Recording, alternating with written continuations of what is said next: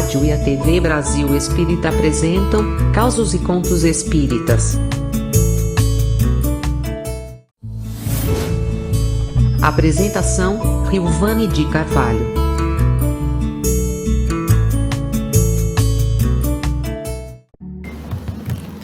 Olá, meus irmãos, boa noite. O programa Causos e Contos Espíritas de hoje traz para você a alusão que Viana de Carvalho, na psicografia de Divaldo Franco, faz sobre Allan Kardec. No livro Reflexões Espíritas, Viana faz uma homenagem e externa gratidão a Allan Kardec, dizendo assim: a Europa ainda se encontrava nos estertores da destruição da ignorância, lograda pela enciclopédia e pelas propostas extraordinárias dos precursores da Revolução Francesa, que estrugiria no dia 14 de julho de 1789. Podiam-se ouvir as vozes nobres de Voltaire, de Jean-Jacques Rousseau e as lições de sabedoria a verterrando das obras dos eminentes pensadores, que estabeleciam as bases da Era Nova, quando as ambições humanas propuseram a necessidade da modificação das estruturas políticas que predominaram em França, derrubando a Casa dos Bourbons, que cedeu lugar à fraternidade, à liberdade e à igualdade.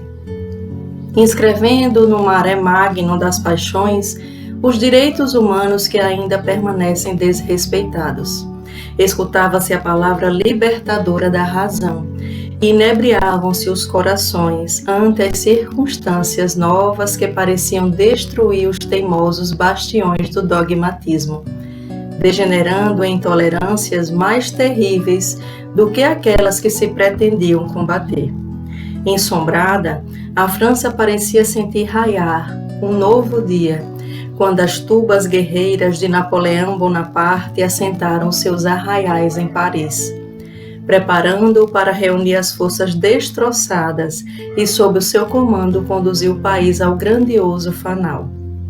Inspirado pelos ideais de Mirabeau, de Danton, ele restaura os elevados anseios da igualdade sem conseguir fugir às injunções de seu destino histórico.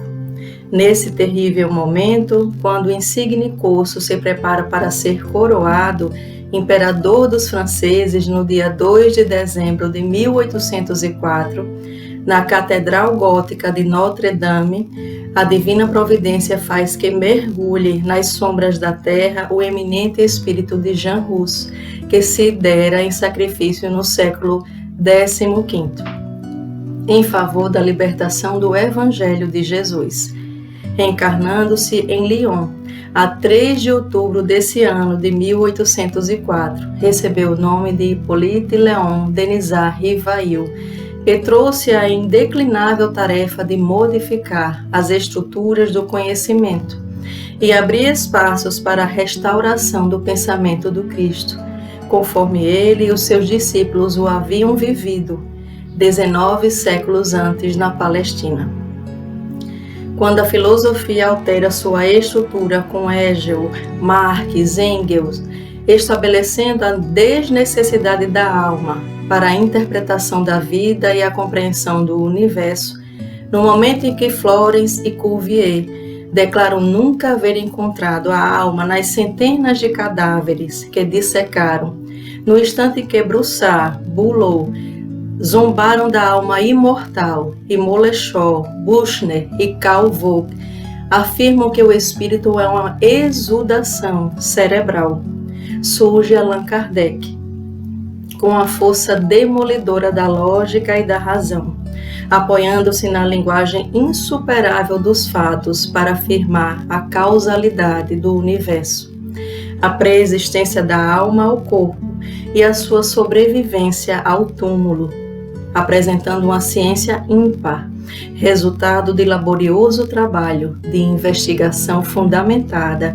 na experiência e que resistirá ao pessimismo, à perseguição e ao descrédito, fazendo renascer uma filosofia comportamental superior. O professor Rivail, agora sob o pseudônimo de Allan Kardec, propõe em O Livro dos Espíritos uma ética nobre e fornece as respostas para os graves problemas da humanidade, que não foram equacionadas por Édipo, concebido na tragédia de Sófocles, interpretando a Esfinge. Propondo para a humanidade uma segura diretriz filosófica, Kardec restaura o Evangelho de Jesus, que permanecia encarcerado no dogmatismo e asfixiado nos tecidos sombrios da intolerância como da superstição. A doutrina espírita chega para iluminar as consciências humanas e propor uma revolução de amor nos corações, estabelecendo comportamentos de felicidade, quando a esperança já havia abandonado as vidas. A morte bate então em retirada, cedendo lugar à vida, que canta um hino de imortalidade, adornando as experiências humanas, que se engrandecem e se eternizam em bênçãos de consolação e de paz. Passados 185 anos do evento grandioso que é a reencarnação de Allan Kardec, a humanidade contempla no Espiritismo os ideais de um mundo novo, no qual o amor unirá todas as criaturas como verdadeiros irmãos, conduzindo-os à plenitude. Os avanços da ciência e da tecnologia contemporânea não conseguiram alterar a estrutura da doutrina que os ilumina, remontando as causas, enquanto aquelas somente explicam os seus efeitos. O vanguardeiro do progresso, Kardec, é o pensador e o cientista que mais penetrou a sonda da indagação no organismo das leis e ofereceu as extraordinárias lições morais que se derivam da lei natural ou de amor, que é universal, porque promana de Deus o Criador. Hoje, quando o homem aluniça com facilidade as suas bólides espaciais, saem da Terra e do Sistema Solar para tentar compreender e interpretar as origens da vida. A codificação espírita permanece inamovível, num todo granítico, iluminando o pensamento e explicando a causalidade da vida e a realidade do homem. Evocando o extraordinário mensageiro dos céus, no transcurso do seu aniversário natalício, os espíritos espíritas que militamos nas atividades do Consolador, unimos nossas vozes em um coro para dizermos com os companheiros encarnados que o amam: glória a ti, Allan Kardec. Aqueles que te amamos, te homenageamos e saudamos, conforme faziam os cristãos primitivos antes do Holocausto, em homenagem a Jesus. Isso foi dito em Brasília no dia 30 de outubro de 1989, no primeiro Congresso Internacional do Espiritismo. E agora, Viana de Carvalho traz a sua gratidão a Allan Kardec, que reflete a nossa gratidão também. E Viana diz que quando as ciências se afirmavam e a fé cega cedia lugar à razão, ele soube arrancar dos fenômenos curiosos das mesas girantes uma doutrina integral. Portador de sensibilidade acurada, mantendo um alto senso crítico, Allan Kardec mergulhou o bisturi da investigação no organismo da morte e estabeleceu a linha direcional para o comportamento humano responsável em torno da imortalidade. Ele não se deteve no umbral das investigações, fascinado pelas informações espirituais que lhe chegaram. Tampouco se permitiu apaixonar, em momento nenhum, pelas conquistas enobrecedoras. Perquiriu um raciocínio claro, examinou com imparcialidade, investiu o tempo e a vida na busca da verdade, para brindar a humanidade com o Consolador que Jesus havia prometido. Dotado de uma ótica invulgar, soube separar as gemas dos seixos, os diamantes estelares dos pedregulhos, com eles formando um colar de rara beleza para adornar a vida, tornando-a bem-aventurada. Investido o que havia de mais precioso no conhecimento, para que a doutrina espírita pudesse sobreviver à marcha do progresso, examinou os mais intrigantes problemas do comportamento humano à luz da reencarnação, oferecendo uma filosofia pragmática, alicerçada no cartesianismo, facultando no futuro enfrentar com altivez a derrocada da ética e da cultura, qual ocorre nestes dias.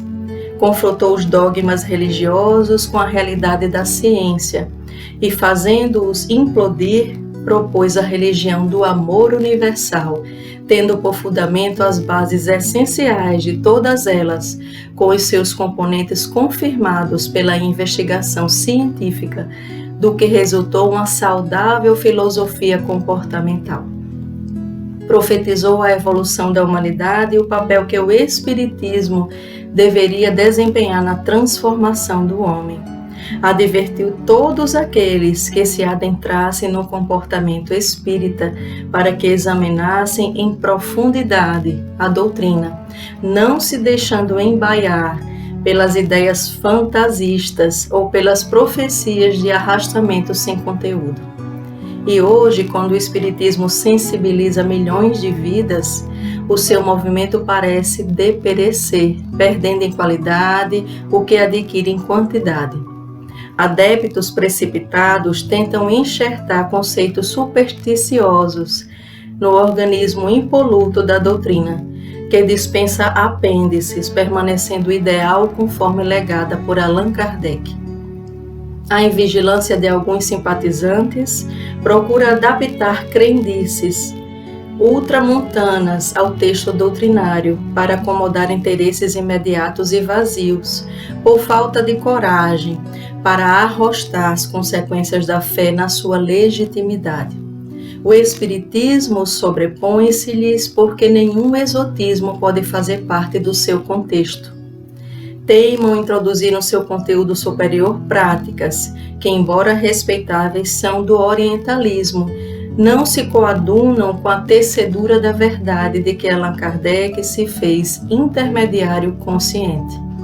A doutrina espírita, não obstante, respeitando todos os comportamentos religiosos e éticos da humanidade, permanece acima de qualquer conotação suspeita ou desfiguração nas suas bases.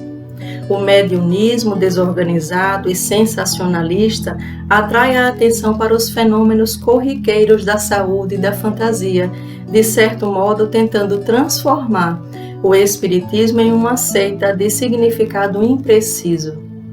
Cabe desse modo ao espírita consciente tolerar, mas não ser conivente, respeitar, mas não concordar com as tentativas de intromissão de seitas, de práticas, de crendices e superstições que fizeram a glória da ignorância nas gerações passadas, poupando a doutrina espírita desse vandalismo injustificável, ao mesmo tempo convidando todos a uma releitura das suas bases, em confronto com os avanços do conhecimento podiemo, para que se reafirme a indestrutibilidade dos seus sentimentos, confirmados a cada momento pelas conquistas da razão, da tecnologia e da ciência. O Espiritismo é a doutrina que vem de Jesus através dos imortais, codificada pelo pensamento ímpar de Allan Kardec para assinalar a era do espírito imortal e permanecer traçando diretrizes para gerações do futuro, que nos cumpre desde agora preservar através de uma conduta saudável, impoluta e compatível com os postulados que fulguram desse colosso, que é o Espiritismo, a doutrina libertadora dos novos tempos. Outros estudiosos lúcidos e sérios empreenderam um tentame de interpretar o homem, elucidando os mistérios nos quais o mesmo se encontrava oculto. Através dos tempos foram realizadas pesquisas demoradas e aprofundada a sonda da averiguação no corpo ciclópico do conhecimento, buscando-se respostas. Livros memoráveis foram escritos, abordando o fenômeno da vida e especialmente o ser pensante, significando um passo audacioso nas interpretações valiosas.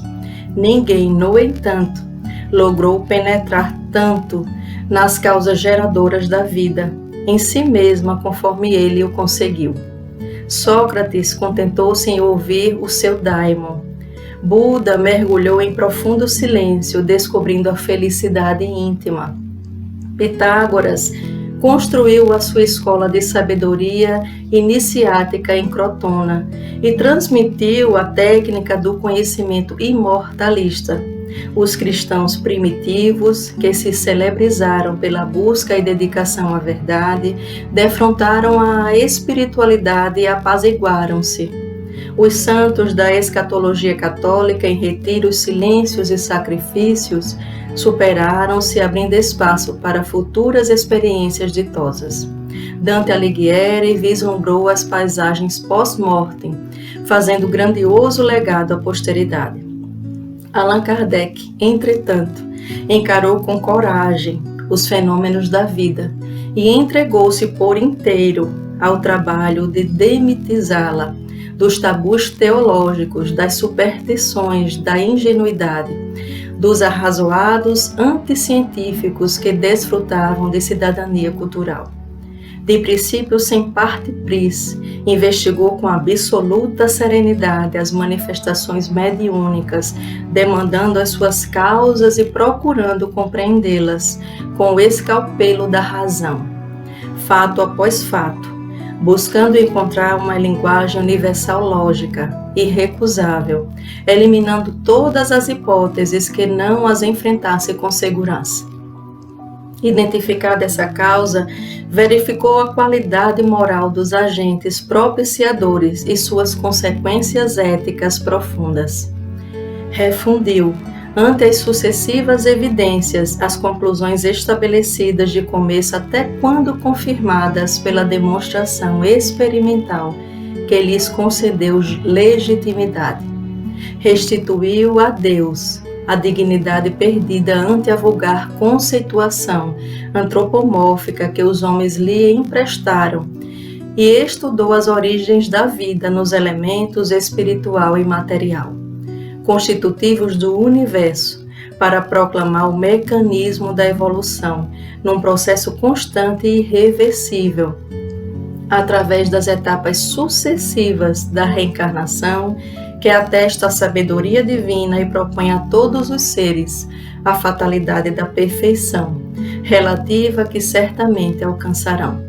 Passou pelo crivo da observação os antigos postulados religiosos e o analisou com instrumentos de que dispunha, mediante a constante comunicação com os espíritos, o que resultou na reformulação da ideia da morte, aniquilando em definitivo esse fantasma de que se utilizavam os fatos da religião e das crendices para concederem bênçãos e maldições ao talante da astúcia e do suborno através dos bens perecíveis. Allan Kardec citou Jesus no seu devido lugar como o ser mais perfeito que Deus ofereceu aos homens para servir-lhes de modelo e guia, tornando-o o amigo e irmão mais sábio, que nos ensinou a técnica da felicidade sem fugir, ele mesmo, a exemplificação até o holocausto, justo e simples, mestre e companheiro de todas as criaturas. Enquanto permaneciam os ditames impostos pela presunção dos teólogos, confundindo as leis civis transitórias com as leis divinas, Kardec apoiou-se na lei natural, o amor, para lecionar deveres e responsabilidades iguais para todos os homens, que são os construtores do próprio destino. Precrustou os problemas decorrentes da exploração do homem pelo homem e recordou a igualdade de direitos e deveres, eliminando todo e qualquer privilégio de casta, credo, posição social e econômica, concedendo a caridade, envelhecida pelo pieguismo e a adulteração de finalidade, o seu verdadeiro sentido paulino e social, que propicia o socorro ao carente, de imediato quando for o caso, promovendo-o em seguida a fim de realizar-se na comunidade onde vive. Abriu as portas para a investigação paranormal, pioneiro que permanece insuperado, pedagogo e psicólogo exemplar, equilibrado em todas as colocações apresentadas, que fazem de O Livro dos Espíritos, por ele escrito com a cooperação dos mentores da humanidade, uma obra ímpar, que desafia o segundo século de publicação sem sofrer qualquer fissura no seu conteúdo, num período em que todo conhecimento sofreu contestação e alterou a face cultural da Terra. O Livro dos Espíritos, desse modo, não é apenas a pedra angular sobre a qual se ergue a doutrina espírita, mas também é o tratado de robusta estrutura para orientar a economia, a sociologia, a psicologia, a embriologia, a ética, então desvairadas, elucidando a antropologia, a biologia, a fé, cujos fundamentos necessitavam da pré-existência e sobrevivência do ser inteligente, que o Espiritismo comprovou e tornou acessível a todo examinador consciente e responsável. Assim, sem o Livro dos Espíritos, com seus parâmetros soberanos e esclarecedores, não existe doutrina espírita. Tanto quanto sem Allan Kardec, não existiria esse colosso granítico demarcador da humanidade, que é o Livro dos Espíritos, que o porvir bendirá, tornando-se manual iluminativo para as consciências do presente e do futuro.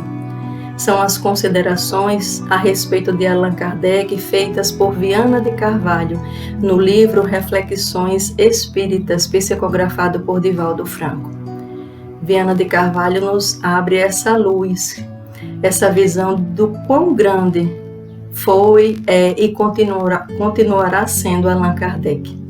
Fiquemos todos com essa felicidade de podermos nos permitir estudar a doutrina dos Espíritos, o Pentateuco, os 5 livros benditos, iluminados, deixados por Kardec, por seu trabalho de amor. Fiquem todos com Jesus, iluminados por esse conhecimento. Que Jesus abençoe a ti, o teu lar, e ilumine a tua consciência. Assim seja.